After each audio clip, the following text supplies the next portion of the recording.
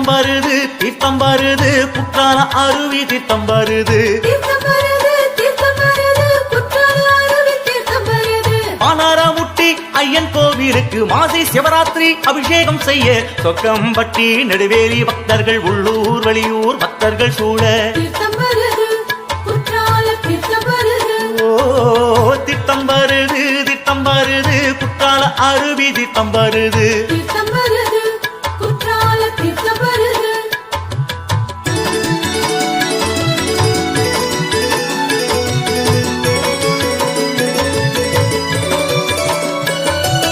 ராமலிங்க சுவாமி கோவிலில் பர்வதாவர்த்தினி அம்பாளை வணங்கி